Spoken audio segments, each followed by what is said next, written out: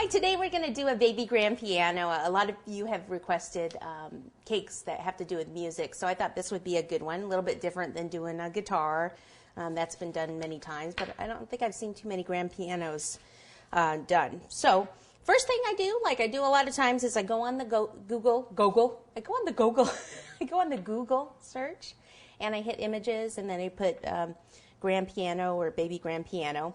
And this is the one I liked here, the black one. We're going to go with the black and white, and we'll do some red roses or something around it. So I have that picture there.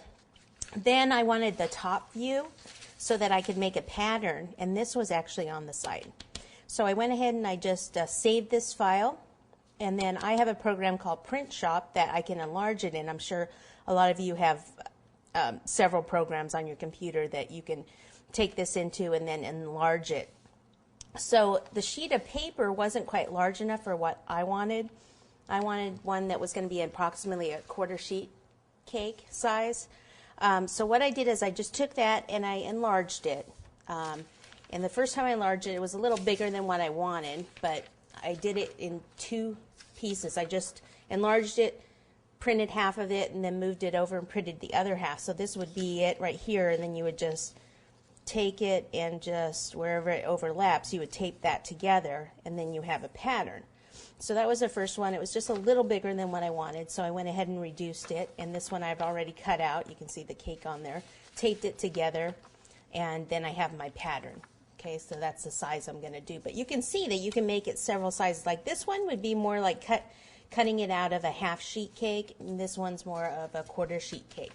So you just enlarge it until you get the size that you need. You can measure your sheet cakes and go from there to see what size. Okay, also printed just the keyboard so I would see the positioning of the black keys and the white keys. I'm not really sure how many, I didn't go to the extent of actually seeing how many keys are on the keyboard, the piano keyboard. For the size of the cake, you know, I'm not going to have all these little tiny keys just to make sure that I get the right number in there. It's not a big deal on this cake. If it's for somebody maybe that does really play the piano or professionally, that you really want to make that extra effort to get the keys exact, then you might want to look that up also so that you have that correct. But pretty much if you have the white and black keys on there, they're going to know that it's a piano.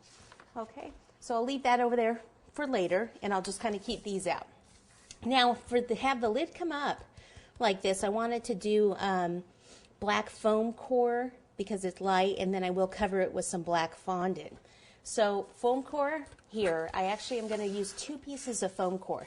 This first one here is actually going to be the base of the cake. So I'm going to build the cake on this. That way if you look underneath, because it's actually going to be up on legs, if you look underneath, then it's going to be black underneath. I don't have to cover that. Rather than using just like a regular cake board, cake circle like this, that would be either white or the brown color underneath. The foam core, this way you're going to have black underneath. Okay, so that's my first one. So I just put the pattern on top here and traced around it and cut. Okay, and that's how I got this one. So the next one I need is actually going to be smaller than this because it's going to be the part that's open, the lid. So the keys are going to go here. Let's look at our picture at the same time. Keys are here, and then there's actually a little bit of a platform on front. So I'm figuring it's where this line is. Here back, that's the part that's going to be open. So if I actually just slide this whole thing forward, and this looks actually a little bigger than the space in here to me, so I think I'm going to back this up and make the a little larger.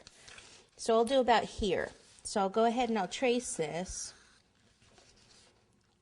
Maybe black permanent marker is not the smartest thing to do on a blackboard.